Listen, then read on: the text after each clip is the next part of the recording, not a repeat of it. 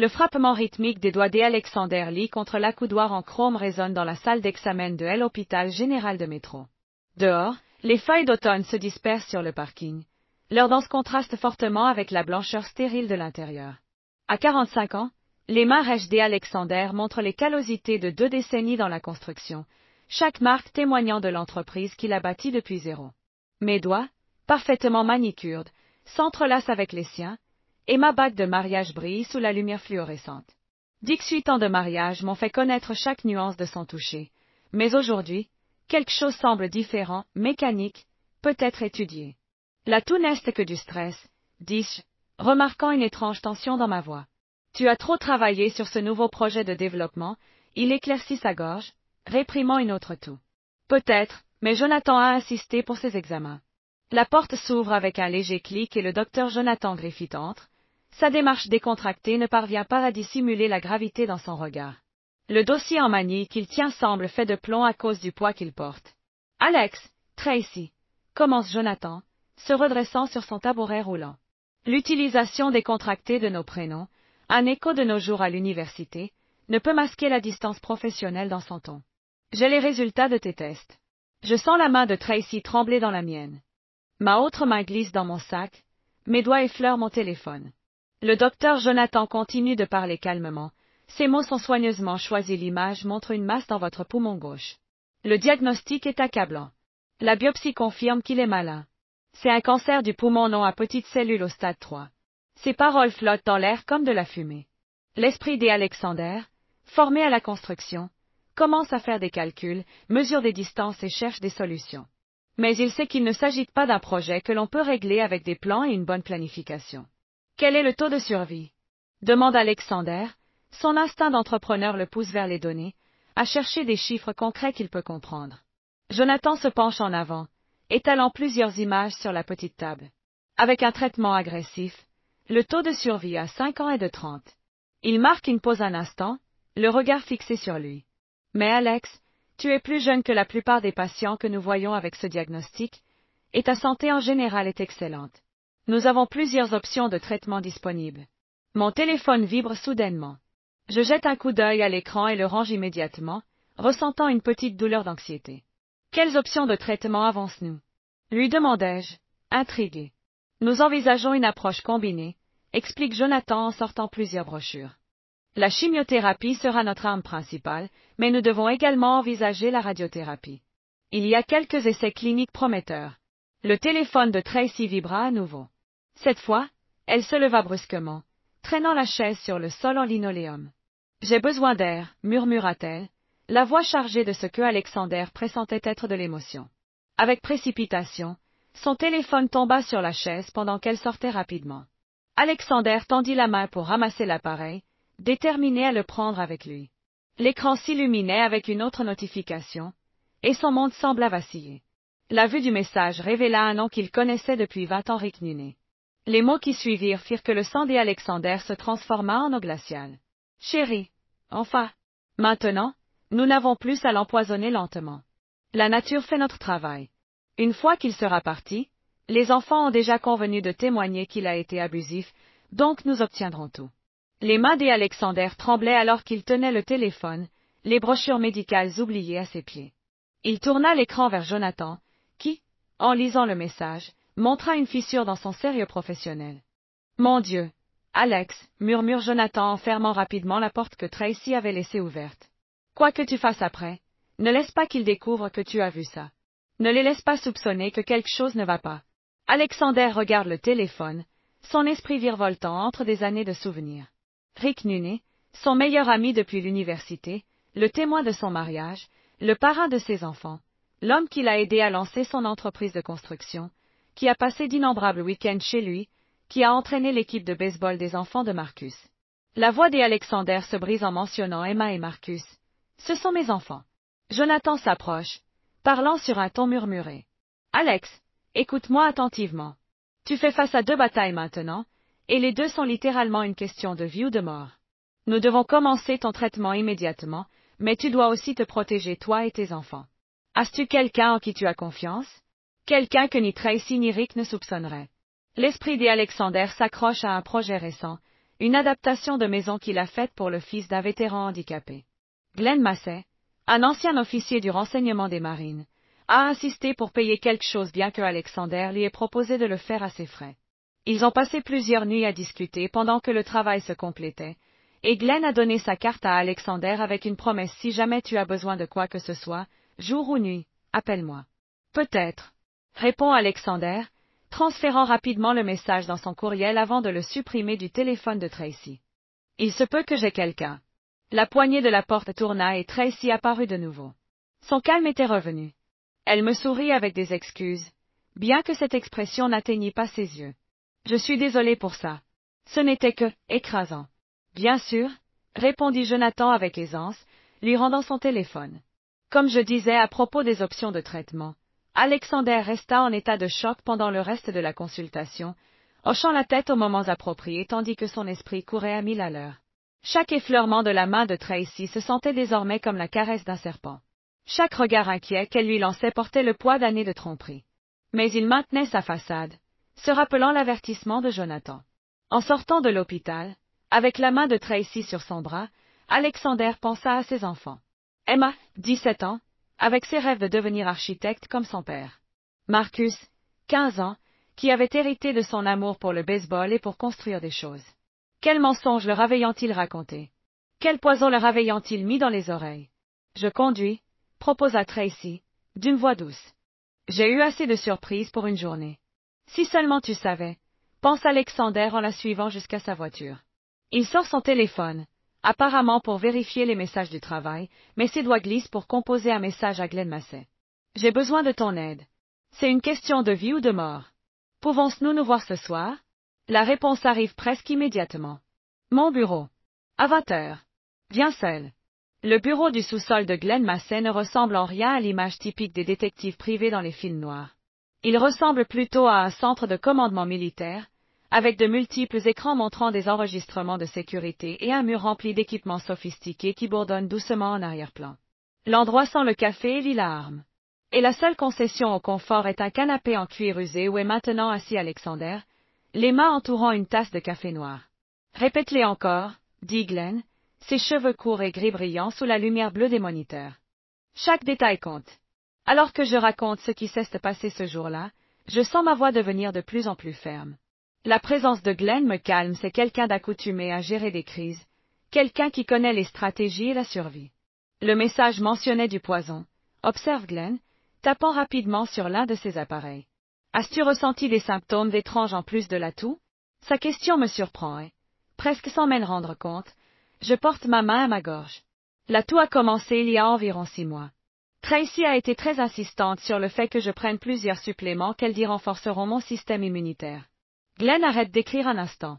Nous aurons besoin d'échantillons de tout ce que tu as pris. Et, Alex, arrête de les prendre immédiatement. Pensais-tu vraiment? Je pense que le mieux est d'envisager le pire et de revenir de là. Glenn commence à ouvrir plusieurs bases de données sur ses écrans. Rick Nuné, tu as mentionné? Voyons ce que nous pouvons découvrir sur ton meilleur ami. Au cours des 2 semaines suivantes, alors que Alexander commençait ses traitements initiaux contre le cancer, l'enquête de Glenn découvre un schéma qui rend la trahison initiale presque insignifiante en comparaison. Regarde ça, dit Glenn un après-midi, étalant des photos de surveillance sur son bureau. Rick ne se contente pas de coucher avec Tracy. Il a systématiquement volé de ton entreprise à travers une série de contrats fictifs. Alexander examine les documents. Son œil de constructeur remarque les discrepancies dans les commandes de matériaux et les coûts de main-d'œuvre.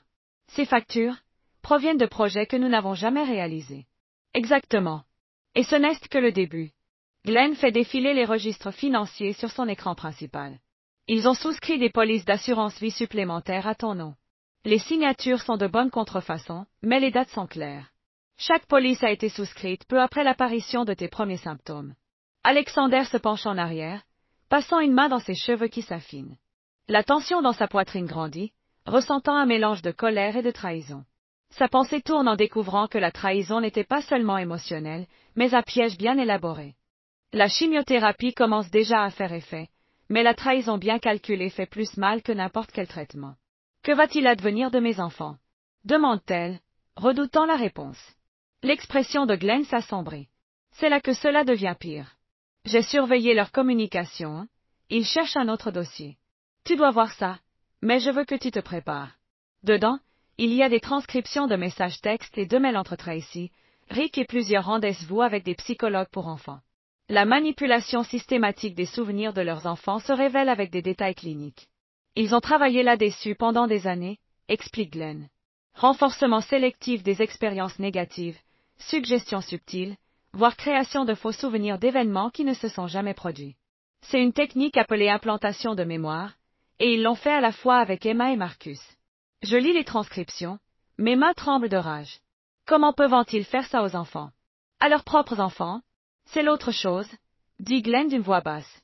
Je ne pense pas qu'il ait l'intention de garder les enfants une fois qu'ils auront ce qu'ils veulent. Je reproduis l'enregistrement audio, les voix de Tracy et Rick remplissent la pièce. Une fois que nous aurons son témoignage et l'argent de l'assurance, nous devrons disparaître, dit la voix de Tracy. Les enfants ne feront qu'aggraver les choses. Ils sont déjà assez grands pour se débrouiller seuls, répond Rick. De plus, ils ne nous pardonneront jamais quand ils réaliseront ce que nous avons fait. Mieux vaut faire une séparation propre. Je sens la frustration m'envahir en entendant leurs paroles. Alexander se lève d'un bond, commence à faire les 100 pas dans le bureau de Glenn. Je dois leur dire. Je dois leur montrer ce qui se passe. Pas encore, le prévient Glenn. Nous avons besoin de plus.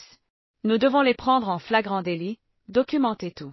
Si nous agissons trop tôt, ils le nieront et, en ce moment, tes enfants sont prêts à les croire avant toi. Les images de la vidéo défilent sur le plus grand écran de Glenn, et bien que l'enregistrement ait été fait à travers une fenêtre de la maison de campagne de Rick, l'image en haute définition est nette. Je regarde, le cœur brisé, comment Tracy et Rick sont assis avec Emma et Marcus sur le luxueux canapé en cuir que je ne savais pas que Rick possédait. J'essaie de me souvenir, Emma, la voix de Tracy parvient clairement à travers le micro. Tu as 7, peut-être 8 ans. Mon père avait bu. Je ne le fais pas. Mon visage se fronce dans la confusion. Je me souviens que j'avais peur, mais, l'assiette. Rick m'encourage doucement, sa main pèse sur mon épaule. Te souviens-tu de l'assiette qu'il a lancée? Mes yeux s'ouvrent comme des assiettes. Oui. Oui, maintenant je me souviens. Il était si en colère. Alexander serre les accoudoirs de sa chaise. Sa tension est palpable. Je n'ai jamais lancé quoi que ce soit. Je n'ai jamais élevé la voix contre eux. C'est la partie insidieuse, dit le docteur. Claire McPherson, la psychologue infantile que Glenn avait amenée pour donner son avis, était ici. Ils ne trompent pas seulement vos enfants. En fait, ils altèrent leurs souvenirs. L'esprit humain est étonnamment flexible, surtout en ce qui concerne les expériences de l'enfance. Sur l'écran, je vois Marcus bouger mal à l'aise. Je ne me souviens pas que papa ait jamais rien jeté. Tu es plus petite, répondit Tracy doucement. Parfois, nous bloquons des souvenirs traumatiques pour nous protéger. Mais ils sont toujours là, mon chéri. C'est pourquoi tu te sens anxieux quand les gens élèvent la voix. Tu te souviens? Marcus joue nerveusement avec un fil lâche dans sa manche. Un geste que Alexander identifie chaque fois que son fils se sent inquiet. Je suppose. Mais papa ne m'a jamais fait peur. Pas vraiment. C'est la peur qui parle, interrompt Rick. D'accord, mon ami. Nous sommes ici pour t'aider à te souvenir de la vérité. Glenn arrête la vidéo. Marcus est le maillon faible de sa chaîne. Il montre une résistance aux souvenirs implantés. Si nous voulons y arriver, cela pourrait être notre meilleure chance. Je regarde l'image figée de mes enfants. Mes mains tremblent un peu à cause de la dernière séance de chimiothérapie. Je me sens si impuissante. Ils leur volent tout. Non seulement leur père, mais aussi leurs vrais souvenirs, leur notion de ce qui est réel. Nous n'allons pas laisser cela arriver, promet Glenn, sa posture militaire se renforce. Nous allons sauver tes enfants et nous les ferons payer pour chaque mensonge qu'ils ont dit. Le docteur McPherson hoche la tête en accord. Une fois que nous aurons exposé la manipulation, nous pourrons commencer la thérapie appropriée pour les aider à distinguer entre la réalité et la fiction implantée. Mais Glenn a raison. Nous devons agir avec prudence. Une confrontation malheureuse pourrait les pousser encore plus vers l'histoire de Tracy et Rick. Je me lève, me rapprochant davantage de l'écran. Mes doigts effleurent l'image des visages de mes enfants, laissant une marque sur le moniteur. Combien de preuves de plus avons-nous besoin? Je suis proche, me rassure Glenn. Mes contacts au FBI montent un dossier pour des accusations criminelles. Nous devons juste les surprendre en planifiant leurs prochains mouvements. Continue d'aller à tes traitements. Continue d'agir normalement. Qu'ils croient que leur plan fonctionne. Je hoche la tête, mon esprit de bâtisseuse formant déjà un projet différent, non pas en bois et en acier, mais en vérité et en justice. Je vais reconstruire la base de ma famille, plus forte qu'auparavant. Mais d'abord, je dois démanteler soigneusement le réseau de mensonges qui menace de détruire tout ce que j'aime. Quoi qu'il en soit, dis-je à voix basse, ressentant cette même détermination qui m'a poussé à construire mon entreprise à partir de rien. Quoi qu'il en soit pour sauver mes enfants. Mon bureau dans le coin du bâtiment donne sur le centre-ville, avec des fenêtres mouillées par la pluie du matin. Sur mon bureau, il n'y a ni photo de famille ni objet personnel, il n'y a que des piles ordonnées de dossiers de cas et une seule plante succulente dans un pot. Glenn m'a recommandé précisément pour cela. Je vis pour mon travail, et mon taux de réussite de 90 le prouve. Répète-moi la chronologie, s'il te plaît, dis-je, tandis que mon stylo Mont Blanc flotte sur une feuille blanche. J'ai déjà rempli 3 pages de mes notes pendant cette réunion de 2 heures. Quand as-tu remarqué les suppléments pour la première fois? Demandai-je, observant Alexander qui sort son téléphone et vérifie l'application du calendrier.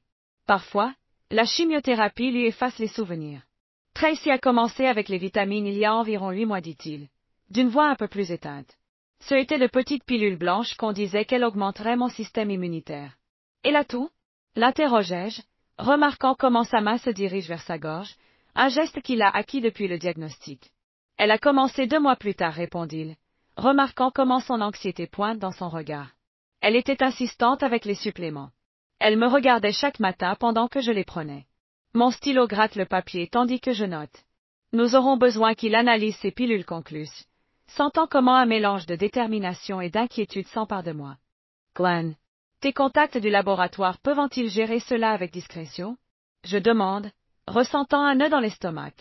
Glenn hoche la tête depuis son emplacement près de la fenêtre, ce qui me fait un peu relâcher les épaules.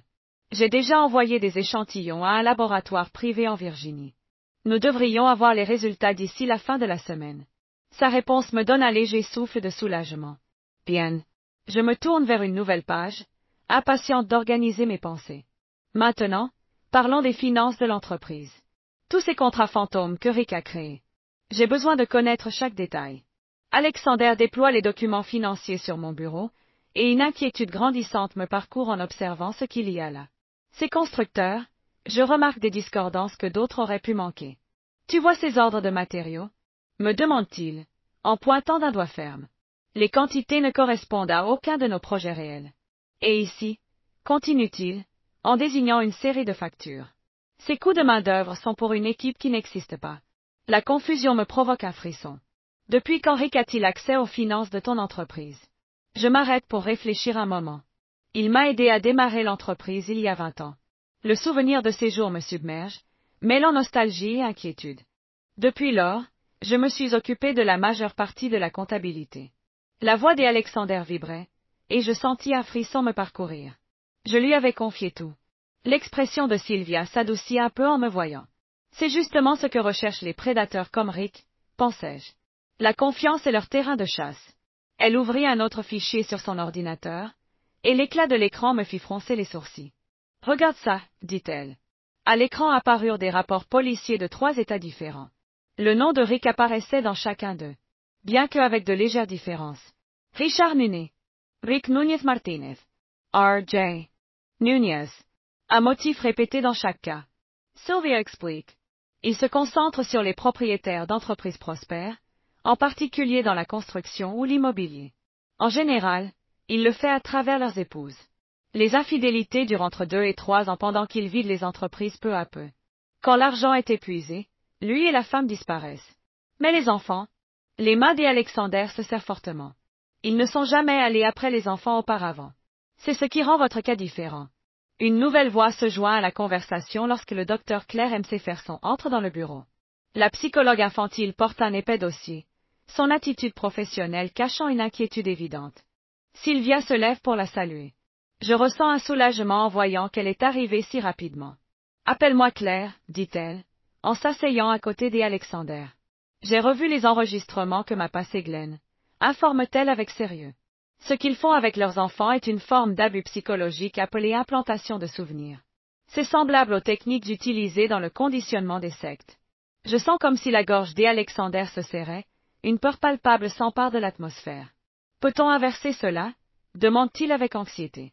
Avec la thérapie appropriée, oui, répond-elle, mais sa voix semble prudente. Mais d'abord, Nous devons tout documenter, ajoute-t-elle, et j'acquiesce, ressentant le poids de ces mots. Chaque séance qu'ils ont avec les enfants. Chaque histoire qu'ils leur implantent. Tout cela est une preuve d'abus systématique. Soudain, le téléphone de Glenn sonne, interrompant l'atmosphère tendue qui nous enveloppe. Vérifiez les informations. Son visage devient sombre. En parlant de documents. Ils ont programmé une autre séance de thérapie avec les enfants pour demain. Oh! Demande Sylvia. À la maison Rix Lake encore une fois. Il semble qu'il aime cet endroit pour ses réunions. Nous aurons une couverture audio et vidéo. Commentaire clair. Son ton est professionnel, mais dans ses yeux brille la colère. Chaque mensonge qu'ils disent à ses enfants est un clou de plus dans leur cercueil légal. Alexander se lève avec effort, luttant contre une vague de nausées provoquée par la chimiothérapie. La dernière ronde de traitement a été particulièrement cruelle. Mais il se force à se concentrer. Que faisons-nous maintenant? Je ramasse les documents et les organise en tas. Nous montons un dossier solide. Chaque transaction financière. Chaque faux document. Chaque séance manipulatrice avec les enfants. Nous documentons tout. La surveillance de Glenn nous apporte les preuves nécessaires. Claire offre son témoignage d'experte sur l'abus psychologique. Et je veillerai à ce que cela fonctionne devant le tribunal. Et les enfants? La voix d'Alexander transmet l'inquiétude d'un père. Comment les protégeons-nous pendant que cela se passe? Nous observons et attendons, conseille Claire. Toute intervention prématurée pourrait les pousser davantage vers la narration de Tracy et Rick. Nous avons besoin qu'ils commencent à remettre les choses en question par eux-mêmes. Comme un avertissement, le téléphone de Glenn vibre à nouveau. Ses sourcils se lèvent en lisant le message. Cela pourrait arriver plus tôt que nous ne le pensions. Marcus vient d'envoyer un message à sa mère, demandant à rendre visite à Alexander à l'hôpital demain. Le cœur d'Alexander fait un bond. Il n'est pas venu depuis le diagnostic. Cela pourrait être significatif, avertit Claire dans son esprit. Mais il faut se rappeler. Pas de confrontation. Pas d'accusation. Juste écouter et observer. Marcus doit tirer ses propres conclusions par lui-même. La lumière de l'après-midi dans la chambre de l'hôpital projette de longues ombres sur le lit d'Alexander. Le sérum de chimiothérapie s'égoutte régulièrement, marquant le temps comme un métronome. Il a programmé ce traitement de manière intentionnelle, souhaitant que Marcus voie la dure réalité de son état. Ce n'est pas par compassion, mais par vérité. Marcus entre avec hésitation, son corps adolescent mince semble se ratatiner. À 15 ans, je me voyais aussi grande que mon père. Mais aujourd'hui, je me sens plus petite, pleine de doutes. Bonjour, papa. Marcus reste près de la porte, les mains dans les poches de sa veste. On dirait que je me bats contre le cancer. Alexander me donne un faible sourire. C'est bien de le dire. Marcus s'approche un peu, choisissant la chaise à côté du lit. Ses yeux parcourent les 4 sacs, les moniteurs, toute la preuve de la lutte de son père. Ça fait mal? Parfois. Les médicaments qu'il utilise pour affronter le cancer sont assez forts. Alexander garde sa voix calme, presque scientifique. Mais les médecins disent que je réponds bien. Une infirmière entre pour vérifier les signes vitaux d'Alexander. Acquiesçant aux chiffres avant de nous laisser seuls à nouveau. Le silence entre nous s'étend, rempli de questions que personne n'ose poser. Enfin, Marcus parle, sa voix à peine un murmure. Papa, quelque chose ne va pas. Le cœur d'Alexander bat fort, mais il parvient à garder son calme sur son visage. Que veux-tu dire? La semaine dernière, j'ai entendu maman et Rick discuter. Ils ne se sont pas rendus compte que j'étais à la maison. J'avais oublié ma gant de baseball et je suis rentré tôt de l'entraînement. Marcus joue avec un fil lâche dans sa manche, comme il le fait dans la vidéo. Rick a mentionné quelque chose sur le fait de garder l'histoire. Et maman a dit qu'il ne pouvait pas prendre le risque que les enfants sachent la vérité. Les mains d'Alexander s'agrippent à la couverture de l'hôpital, mais il s'oblige à les détendre. Ça a dû être déroutant d'entendre ça, avec tous ces souvenirs dont il parle. Marcus lève les yeux, cherchant l'expression de son père. L'assiette que tu prétendais avoir cassée? J'essaie toujours de me souvenir, mais ça semble incorrect. Comme essayer de revivre un film que je n'ai jamais vu. Des années de travail dans la construction ont appris à Alexander l'importance d'une bonne base. On ne peut rien construire de durable sur du sable mouvant, pense-t-il soigneusement avant de répondre. Que te souviens-tu de ton enfance, Marcus? Pas de ce qu'on t'a dit de te souvenir, mais de ce que tu gardes réellement en mémoire. Le front du garçon se fronce, comme s'il revivait ces moments. Je me souviens que tu m'apprenais à utiliser des outils dans ton atelier. Tu faisais toujours très attention, t'assurant que je comprenne d'abord la sécurité. Et quand je me frustrerais parce que je ne pouvais pas bien faire quelque chose, tu ne haussais jamais la voix. Tu disais juste de mesurer 2 fois et de couper une. Cela unissait notre temps. Ce sont de vrais souvenirs, n'est-ce pas? La voix de Marcus tremble un peu en posant la question. Pas comme les autres choses.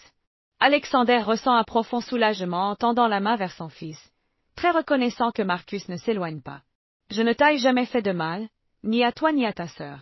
Chaque souvenir d'amour, de patience, d'enseignement et d'apprentissage ensemble. Ce sont les véritables souvenirs. Les épaules de Marcus commencent à trembler. Nous ont-ils menti? Maman et Rick nous ont-ils fait croire à des choses qui ne se sont jamais produites? Je pense, dit Alexander avec précaution, qu'il est temps que tu vois quelque chose. Il hoche la tête vers le coin de la pièce, où Glenn est resté silencieux, presque caché dans l'ombre. J'ouvre mon ordinateur portable et je cherche l'une des séances de thérapie enregistrées. Je regarde Marcus. Son visage perd de sa couleur en se voyant lui et Emma abattus par les conseillers. J'observe la manière si soigneuse dont Tracy et Rick formulent leurs suggestions, tordent des souvenirs et créent des peurs là où il n'y en avait pas auparavant. Mon Dieu, je pense avec angoisse. Emma! Il continue à faire cela avec Emma. Nous allons les arrêter, promet Alexander. Mais nous avons besoin de ton aide. Glenn avance, son entraînement militaire se remarque dans chacun de ses mouvements précis. Marcus, ce que nous sommes sur le point de te demander est compliqué et peut-être dangereux. Tu devras faire semblant que tout va bien pendant que tu nous aides à rassembler des preuves. Peux-tu faire cela? Marcus s'essuie les yeux et se redresse sur sa chaise. À cet instant, il cesse de paraître un adolescent confus et se révèle comme l'homme qu'il commence à devenir. Qu'est-ce besoin que je fasse? La salle de commandement au sous-sol de Glenn vibre d'activité. Ils ont ajouté de nouveaux écrans, chacun montrant différents aspects de notre opération. Un écran montrait une transmission en direct de la maison de Rick au lac, un autre suivait les transactions financières sur plusieurs comptes, et un troisième présentait une chronologie d'événements complexes. Le cancer a empiré, expliqua Glenn, en désignant le dernier rapport médical qu'il avait manipulé avec soin. Selon ce document, le traitement ne fonctionne pas aussi bien que prévu. Le pronostic est de 3 mois, peut-être moins. Alexander examine le rapport, sentant son cœur s'accélérer en contemplant la gravité de la situation. Ils voudront vérifier cela. C'est déjà réglé, intervient Sylvia. Elle a pratiquement vécu dans le bureau de Glenn toute la semaine. J'ai un contact aux archives de l'hôpital. L'information est dans le système s'ils décident de vérifier. Ils sont en train de vérifier, confirme Marcus depuis son poste devant l'un des moniteurs. Il a montré un talent remarquable dans le travail de surveillance, combinant sa facilité adolescente avec la technologie avec l'entraînement de Glenn. Maman vient d'accéder au portail de l'hôpital depuis son téléphone. L'attente est agonisante. Alexander s'oblige à respirer lentement, luttant à la fois contre les effets persistants de son dernier traitement et contre l'anxiété qui le consume. Finalement, le téléphone de Marcus éclate de son. Elle appelle Rick, qui répond et met le téléphone en haut-parleur. La voix de Tracy envahit la pièce. Tu l'as vu? La nouvelle prévision? Je l'ai vue. La voix de Rick a une touche d'émotion, bien qu'il essaie de le déguiser par de l'inquiétude. Nous devons agir plus vite. Comment ça se passe avec les comptes offshore? Presque prêt. Mais Rick, les enfants. Suis le plan. Tracy. Une fois que nous aurons l'argent de l'assurance et les actifs de l'entreprise, nous serons assurés pour toute la vie. Les enfants compliqueraient simplement les choses. Les poings de Marcus se transforment en poings serrés, mais il s'efforce de garder son calme, comme Glenn le lui a appris. Une vague de fierté se mêle à sa colère en pensant que son fils est plus fort que ce que Tracy ou Rick n'ont jamais imaginé. Tout au long de la semaine, j'observe comment Tracy et Rick accélèrent leurs plans.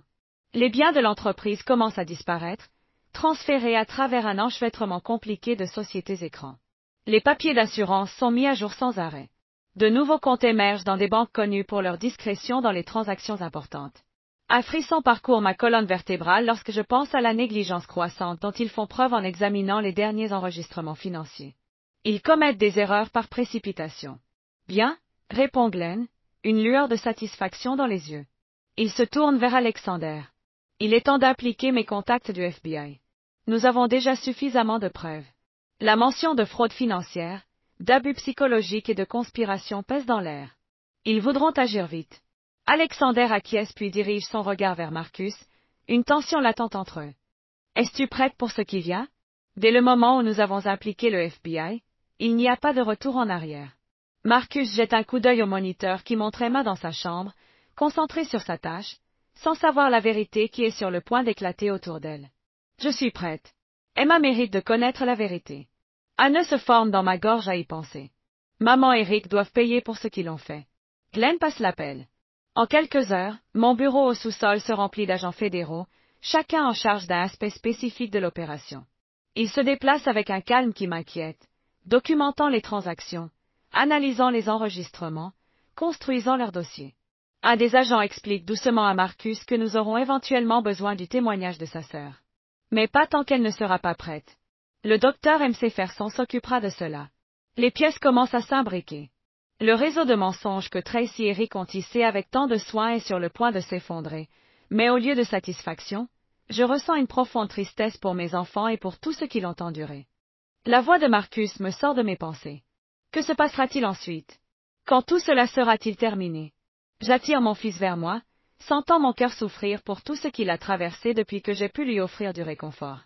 Nous reconstruisons. Ensemble. Pour chaque souvenir qu'on nous a volé. Pour chaque mensonge qu'ils ont dit. Nous le remplaçons par la vérité. Et cette fois, nous construisons sur des bases solides. Les moniteurs continuent de surveiller en silence, enregistrant chaque mouvement de Tracy et Rick, chaque conversation, chaque tentative de détruire une famille pour profit. Mais ils ont sous-estimé la force des liens familiaux, la résistance de la vérité et la détermination de l'amour d'un père. Le dénouement approche et cette fois, c'est moi qui détiens toutes les cartes. La salle d'attente du centre de thérapie familiale sent la lavande artificielle et les promesses brisées. Tracy est assise avec son port élégant sur le canapé beige, tandis que ses ongles bien entretenus tambourinent nerveusement sur son sac de marque. Rick est près de la fenêtre, sûr de lui, sa posture le trahit. Personne ne remarque la légère bosse sous le bureau de la réceptionniste, où l'équipement de surveillance avait été soigneusement installé la nuit précédente. Je suis assis au bord de ma chaise, sentant les cernes sous mes yeux qui trahissent les nuits de sommeil agité. Marcus est à mes côtés, sa main frôlant de temps en temps le dispositif d'enregistrement que Glenn cache dans la poche de sa veste. Je sens son poids comme une armure. Souviens-toi de ce que nous avons pratiqué, chuchote Tracy à mes côtés, sa voix claire parvient au micro caché. Le docteur Patterson doit bien entendre ce qui s'est passé. Ce que Tracy ne sait pas, c'est que le docteur Patterson a appelé ce matin pour dire qu'il était malade. À sa place, la docteure Claire M.C. Ferson est dans la salle de consultation, vérifiant les derniers tests avec Alexander et les agents du FBI. Ils sont tous ici, confirme la réceptionniste à travers son écouteur. Claire hoche la tête à Alexander. Est-ce prêt? Alexander ajusta le col de sa chemise, essayant de cacher le port médical qu'il porte en dessous. La dernière séance de chimiothérapie l'a rendu plus faible, mais la détermination brille dans ses yeux. Depuis le jour où j'ai vu ce message sur le téléphone de Tracy, je suis prête. La voix de la réceptionniste résonne à travers le haut-parleur de la salle d'attente. Le docteur peut vous voir. Tracy se lève, lissant sa jupe avec des mains tremblantes. Allez, les gars. N'oubliez pas. L'honnêteté est importante. Marcus prend la main d'Emma pendant qu'il marche vers la salle de consultation. Elle lui rend sa prise, sans comprendre pourquoi la paume de son frère se sent si humide. La porte de la salle de consultation s'ouvre et ce n'est pas le vieux docteur Patterson qui apparaît, mais un groupe complet d'officiers de la loi, des représentants des services de protection de l'enfance et la docteure Claire M.C. Ferson. Alexander est assis sur une chaise près du grand écran monté au mur, avec Glenn debout à ses côtés comme un gardien. Qu'est-ce que c'est que ça? Le calme de Tracy se brise, et sa voix tremble d'inquiétude. Où est le docteur? Patterson? Veuillez tous prendre place, dit Claire, son ton professionnel ne laissant aucune place à la discussion. Nous avons quelques enregistrements à examiner. Rick s'approcha de la porte, mais un agent du FBI lui bloqua le chemin. C'est une séance fermée, monsieur Nuné. L'écran géant s'anima. La première image montra Tracy et Rick dans leur maison au bord du lac, guidant Emma alors qu'elle se remémorait ses expériences d'abus. Les couleurs du visage d'Emma se fanèrent en se voyant manipulée, réalisant comment on semait soigneusement les suggestions et torturait ses souvenirs. Ce n'est pas? La voix d'Emma tremblait.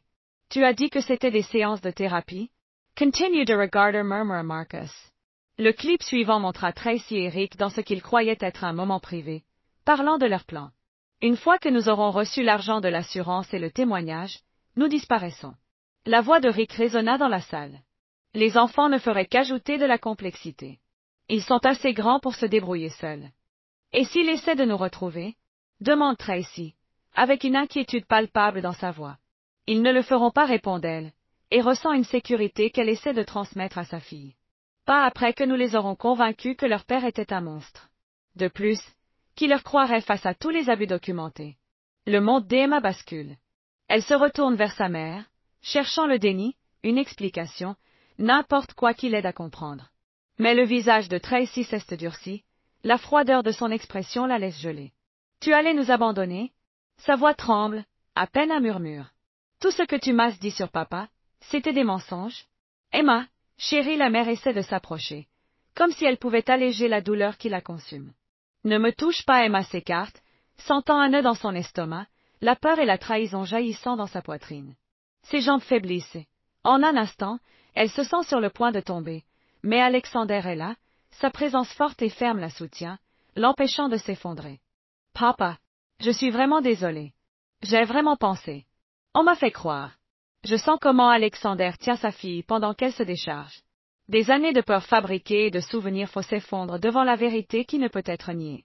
Marcus s'approche pour les rejoindre, formant un cercle protecteur autour de sa sœur. Rick fait une autre tentative pour s'approcher de la porte, mais Glenn se met en travers de son chemin. Où vas-tu? Nous n'avons même pas encore abordé les preuves financières. Claire désigne les agents du FBI. Je pense qu'ils ont quelques questions pour Mademoiselle Payne et Monsieur Nuné. Alors que les agents commencent à lire les droits Miranda, Emma s'accroche à son père, les larmes trempant sa chemise. Comment puis-je faire confiance à mes souvenirs maintenant? Comment puis-je savoir ce qui est réel? Nous le résoudrons ensemble, promit Alexander en lui caressant les cheveux. C'est ça, vraiment, être une famille. Pas de manipulation. Ce ne sont pas des mensonges. Mais être ensemble dans les moments difficiles et nous aider à guérir. Le masque de Tracy s'est finalement brisé lorsque les menottes se sont refermées autour de ses poignets. Emma, Marcus, s'il vous plaît, vous devez comprendre. J'essayais de vous protéger. De quoi? La voix de Marcus portait tout le mépris de ses 15 ans. D'un père qui m'a appris à construire des choses. Qui est venu à chaque match de baseball. Qui n'a jamais, au grand jamais, élevé la voix, encore moins la main. Les seuls monstres ici, dit Emma à voix basse, c'est toi, Eric. Le couloir du tribunal résonnait de pas et de chuchotements. Alexander était assis sur un banc en bois devant la salle C. Ses enfants à ses côtés comme des gardes d'honneur. La chimiothérapie lui avait volé les cheveux, mais pas sa dignité. Son apparence émaciée met encore plus en évidence le contraste marqué entre la réalité et les accusations fabriquées d'abus portées par Tracy. Sylvia s'approche, localisant ses notes du procès dans son mallette en cuir, caractéristique d'elle. Le jury revient. C'était rapide. Seulement 4 heures de délibération. Est-ce bon ou mauvais? Emma s'émêle le bracelet de l'amitié à son poignet, une habitude nerveuse devenue courante pendant le procès. Dans une affaire si complexe, les lèvres de Sylvia se courbent en un sourire de satisfaction. C'est très bon. Cela signifie que les preuves étaient accablantes. Ils retournent dans la salle d'audience. Tracy et Rick sont assis à des tables séparées avec leurs avocats, ayant l'air beaucoup moins soignés après 3 mois en prison. Les preuves contre eux ont été trop solides pour leur permettre de bénéficier d'une caution. Le jury entre, aucun d'eux ne croise le regard des accusés. La chef du jury remet les formulaires de verdict à l'âge de sécurité, qui les passe à la juge Marion Wheeler. Le visage de la juge reste impassible tandis qu'elle examine les documents. Les accusés peuvent-ils se lever?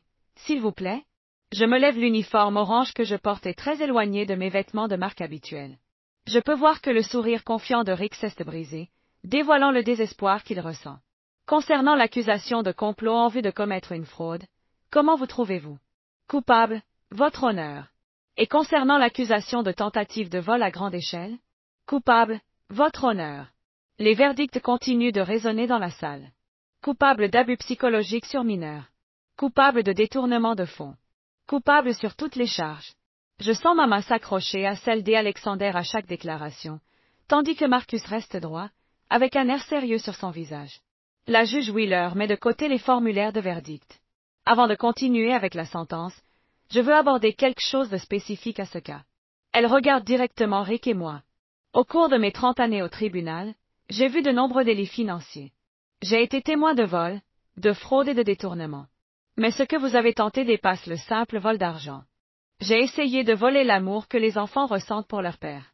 J'ai voulu détruire la base de leur réalité, leur capacité à se fier à ce qu'ils se souvenaient et à ce qu'ils avaient vécu. C'est un crime qui ne se pardonne pas. La juge ajuste ses lunettes.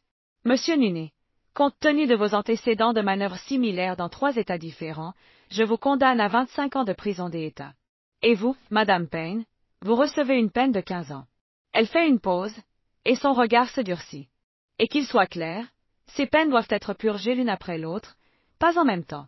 Il n'y aura pas d'opportunité de libération anticipée. Je sens comme si l'air s'échappait de mes poumons en m'effondrant sur ma chaise. La façade de Rick s'effondre enfin, tandis que les shérifs s'approchent pour nous emmener. Emma, Marcus, m'exclamai-je le cœur serré. S'il vous plaît, ne laissons pas que cela se termine ainsi. Mais ces enfants s'étaient déjà éloignés, suivant leur père hors de la salle. Dans le couloir, ils trouvèrent Glenn et Claire les attendant. C'est fini, dit Glenn avec fermeté. Non, corrigea Claire avec tendresse. Maintenant commence le vrai travail, guérir, reconstruire la confiance, créer des souvenirs authentiques pour remplacer les faux. Alexander serra ses enfants dans ses bras. Nous ferons tout ce qui est nécessaire, le temps qu'il faudra, ensemble. 6 mois après le procès, Alexander se trouvait dans la salle d'oncologie de l'hôpital Métro Général, sa main suspendue au-dessus de la cloche en laiton que les patients font sonner pour célébrer la fin de leur traitement. Les derniers tests avaient confirmé ce que son corps commençait déjà à lui dire. Le cancer était en rémission. File, papa! Marcus cria depuis l'endroit où il se trouvait avec Emma, tous deux adolescents souriant de fierté. Alexander saisit la corde de la cloche, et son tintement clair résonna dans tout le couloir. Le personnel médical apparut de plusieurs portes pour applaudir. Beaucoup d'entre eux avaient été à ses côtés dans les moments les plus sombres de son traitement. Le docteur Jonathan Griffith émerge de la foule et me prend doucement dans ses bras, sortant Alexander de la confusion.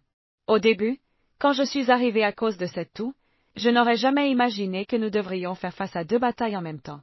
3 batailles, me rappelai-je en rejoignant l'étreinte. Le cancer, l'autisme et nos propres esprits. J'ai travaillé avec Claire 2 fois par semaine, démêlant lentement l'enchevêtrement de souvenirs faux et vrais. En parlant des prix, dit Claire en apparaissant avec une pile de carnets sous le bras. J'ai préparé tes nouveaux sujets d'écriture. Marcus, le tien se concentre sur les souvenirs de baseball de ton enfance.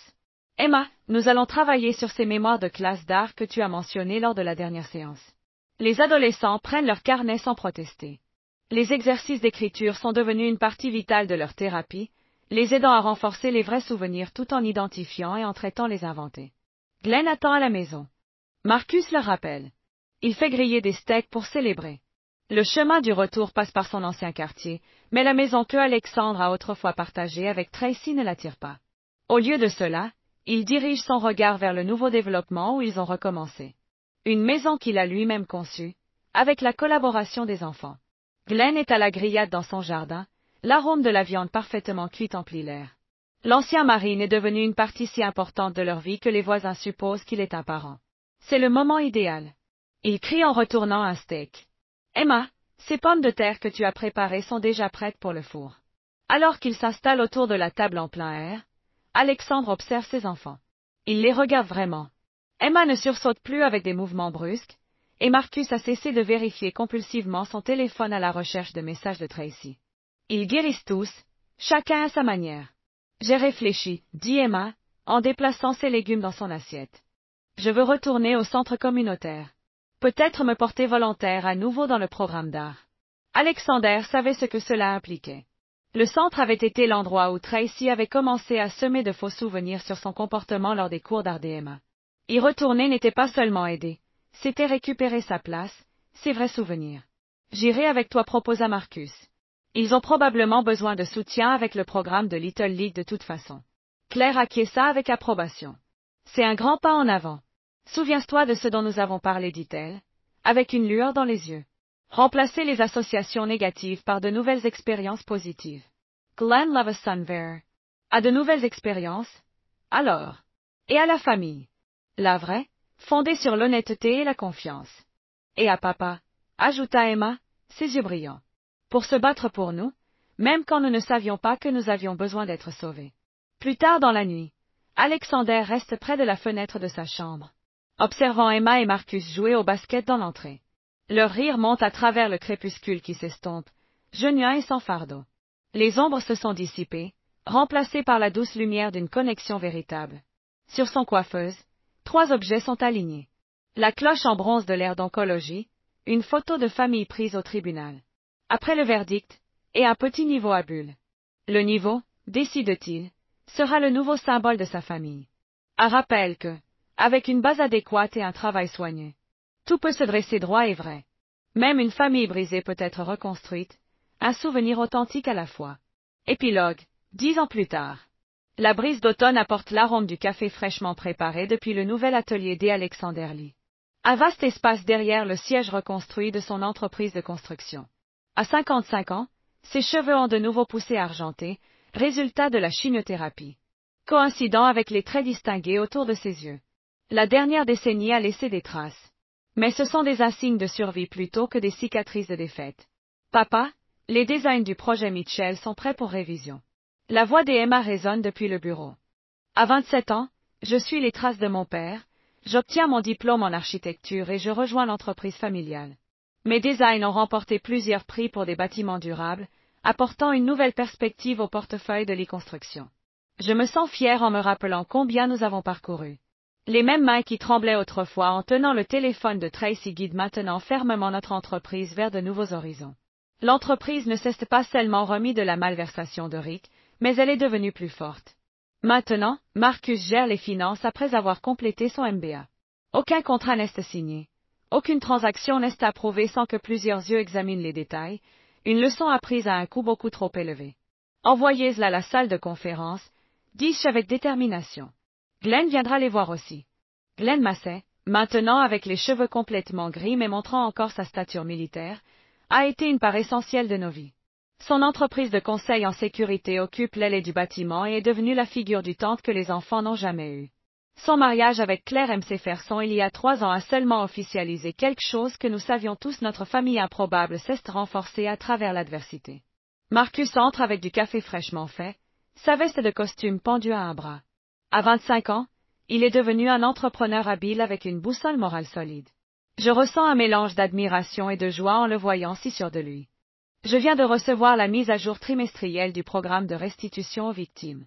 Elle m'a dit, en laissant les tasses sur la table, que 2 des anciennes victimes de Rick avaient reçu leur compensation complète. Tout cela avait été une initiative de Marcus. Après avoir découvert d'autres victimes de Rick dans différents États, il avait créé un fonds pour les aider à récupérer ce qu'elle avait perdu. C'était sa manière de transformer le traumatisme de leur famille en quelque chose de positif. Glenn entre avec une tablette sous le bras et demande des nouvelles de la commission des libérations conditionnelles.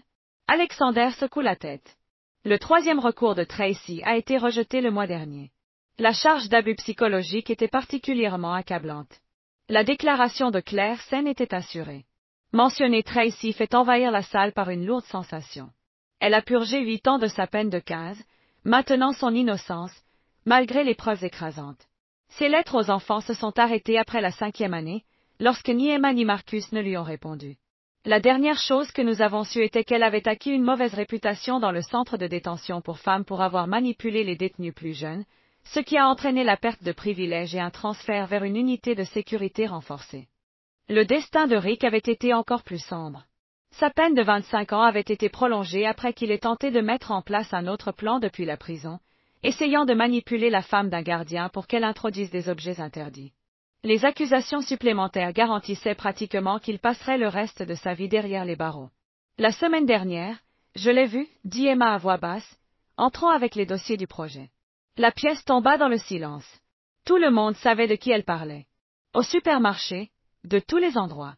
Te souviens-tu de Madame Henderson? Celle qui jouait au bridge avec maman? Alexander hocha la tête. Le club de bridge avait été l'un des endroits où Tracy avait lancé les premiers ragots sur le caractère d'Alexander. Elle ne pouvait pas me regarder dans les yeux. Emma continua de parler en étalant les plans sur la table de conférence. Aucun d'eux ne peut regarder quelqu'un dans les yeux maintenant, pas après que tout est sorti au grand jour lors du procès. Le club de bridge s'est évaporé, tu le sais. Personne ne faisait confiance aux autres après avoir réalisé que tous avaient été utilisés pour valider les histoires fausses de maman. Claire arrive juste au moment où je parle, la perspicacité de mon thérapeute reste aussi aiguë que toujours, malgré son semi-retrait. Elle se consacre désormais exclusivement à des cas d'implantation de faux souvenirs, étant devenue une experte reconnue sur le sujet. Son article sur l'affaire Lee, avec la permission de la famille et les noms modifiés, est devenu une lecture obligatoire dans plusieurs programmes de psychologie. Comment te sens-tu en la voyant? Demande Claire en s'installant dans sa chaise habituelle. Mes mains parcourent les lignes de ma dernière création pendant que je réfléchis à la question. Triste. Principalement. Pas pour elle, mais pour celle que je pensais qu'elle était. Pour la mère que je me rappelle de ma petite enfance. Je ne sais toujours pas combien de cela était réel et combien était manipulation. Les bons souvenirs peuvent être réels, même si la personne qui a aidé à les créer s'est avérée être fausse, me rappelle Claire en douceur. C'est l'une des leçons que nous avons développées ensemble au fil des ans dans nos séances. Marcus desserre sa cravate, un geste qui me rappelle son moi adolescent. J'ai reçu une autre lettre de Rick la semaine dernière. Il continue à essayer de dire qu'il a été manipulé par maman, qu'il s'est perdu dans son piège. Il secoue la tête, découragé. Cependant, les enquêteurs ont découvert ses affaires précédentes. 3 familles avant la nôtre. Il a toujours été l'architecte, pas la victime. En parlant d'architecte, Glenn interrompt, remarquant qu'il est nécessaire de changer de sujet. Montre-moi ces nouveaux designs, Emma. Ce programme de matériaux durables que tu as proposé est exactement ce dont le contrat de la ville a besoin. Pendant que Emma s'engage dans sa présentation, j'observe ma famille. Celle que j'ai tant lutté pour sauver et celle qui a grandi au-delà des liens du sang. Glenn et Claire sont proches, leurs épaules se frôlant, pendant que Marcus prend des notes avec la même intensité qu'il appliquait auparavant au baseball. Chacun d'eux porte des cicatrices de l'épreuve, mais ils ont appris à les porter avec dignité. Les fenêtres de l'atelier offrent une vue sur le jardin mémorial que nous avons planté il y a 5 ans, dédié aux victimes d'abus psychologiques. C'était l'idée d'Emma, une façon de transformer notre douleur en but. Le jardin est devenu un refuge pour d'autres familles qui guérissent de trahisons similaires, avec des chemins ornés de plaques offrant des ressources et de l'espoir. Mes groupes de thérapie se réunissent souvent ici, assis parmi les fleurs, partageant nos histoires. Certains jours, j'attrape des fragments de leurs conversations. Des récits de trahison, de manipulation et de triomphe éventuels qui résonnent avec mon propre parcours. Chaque récit renforce ce que j'ai appris. Que les plus grandes victoires viennent souvent déguisées en défaites, et que les blessures les plus profondes peuvent devenir des sources de force. Une jeune femme sort de l'une de ces séances, s'essuyant les larmes aux yeux. Je la reconnais, c'est la fille de l'une des précédentes victimes de Rick, à peine en train de démêler l'imbroglio de mensonges qui a piégé sa famille il y a 15 ans. Marcus l'a découverte en faisant des recherches pour le programme de restitution. Monsieur Lee, m'appelle-t-elle par la fenêtre, je voulais vous remercier. Ce que votre famille a fait, les exposer et créer ce réseau de soutien m'a aidé à comprendre ce qui est arrivé à ma mère. Je l'invite à entrer et la présente aux autres. Alors qu'elle partage son histoire, je peux voir Emma et Marcus échanger des regards. Ils reconnaissent la douleur qu'ils portent en eux, mais ils voient aussi la possibilité de guérir. Tu sais, dit Glenn plus tard, alors que nous fermons pour la journée, quand j'ai installé ces caméras de surveillance dans la maison du lac de Rick, je n'ai jamais pensé que nous finirions ici, dirigeant un empire de construction, organisant des groupes de thérapie, changeant des vies. La vie est curieuse de cette manière, répond Alexander, révisant le système de sécurité, une habitude qu'il n'a jamais abandonnée. Parfois, les trahisons les plus profondes nous mènent vers notre véritable chemin. Le soleil couchant projette de longues ombres dans l'atelier, mais contrairement aux ombres de son passé, celles-ci sont propres et sincères. Elles s'étendent vers le jardin où fleurissent toujours de nouvelles fleurs, tout comme l'espoir qui a jailli de ces moments les plus sombres. Plus tard ce soir-là, nous nous réunissons chez Alexander, une tradition qui a résisté à toutes les tempêtes. Claire apporte sa célèbre lasagne, Glenn prépare ses célèbres mojitos, des versions sans alcool pour les plus jeunes de la famille, et la fille adolescente d'Emma, Sophie, pratique des tours de cartes qu'elle a appris à l'école. Sophie, née 3 ans après le procès, symbolise tout ce pourquoi ils se sont battus, une nouvelle génération qui grandit entourée d'amour authentique et de souvenirs sincères. Elle sait quelle histoire familiale a été racontée, une version adaptée à son âge, mais pour elle, c'est comme une histoire d'un autre monde. Sa réalité est remplie de dîners du dimanche, de soirées de jeux en famille et de l'amour inconditionnel d'un père, d'un oncle et de grands-parents qui ont appris la véritable signification de la famille de la manière la plus difficile. En voyant Sophie distribuer les cartes avec la même concentration que Marcus montrait lors des matchs de baseball, Alexander réalise que c'est sa véritable victoire. Il ne s'agit pas des condamnations à la prison, ni des actifs récupérés, ni même des succès professionnels, mais de cela. La simple capacité de créer des souvenirs authentiques, sans teinte de manipulation et de mensonges. Tracy et Rick ont tenté de détruire sa famille avec de faux souvenirs, mais ce faisant, ils ont appris à tous l'immense valeur de la vérité. Leur trahison a obligé Alexander à se battre non seulement pour sa vie, mais pour l'essence même de l'amour familial.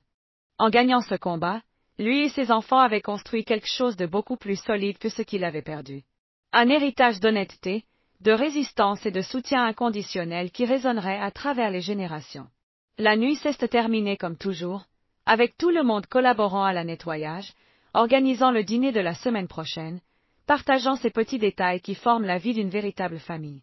Sans manipulation, sans agenda caché, juste la simple vérité de personnes qui ont décidé d'affronter ensemble les défis de la vie.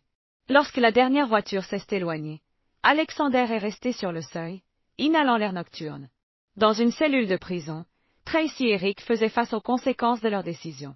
Mais là, dans le foyer et la famille qu'il avait essayé de détruire, la vie renaissait, prouvant que les fondations les plus solides ne se construisent pas sur le mensonge, mais sur la base d'un amour et d'une vérité inébranlable.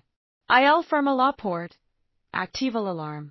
Les vieilles habitudes sont difficiles à changer, et il sourit en voyant les photos de famille qui ornaient son couloir. Chacune racontait une histoire de guérison, de renouvellement et de ce type d'amour qui ne se renforce que lorsqu'il est mis à l'épreuve par le feu. Les ombres s'étaient déjà dissipées, et à la place, un héritage de vérité continuait de fleurir, saison après saison, année après année. Ici, notre histoire touche à sa fin. Je clique sur la vidéo qui apparaît à l'écran et je sens un mélange de nervosité et d'excitation bouillonner en moi. L'image se charge lentement, provoquant un battement de cœur plus rapide tandis que j'attends ce qui va venir. Je fixe l'écran, anticipant ce moment où nos regards se croiseront, plein de complicité. L'ambiance autour de moi se dissout pendant que je me plonge dans l'expérience, presque comme si le monde s'arrêtait.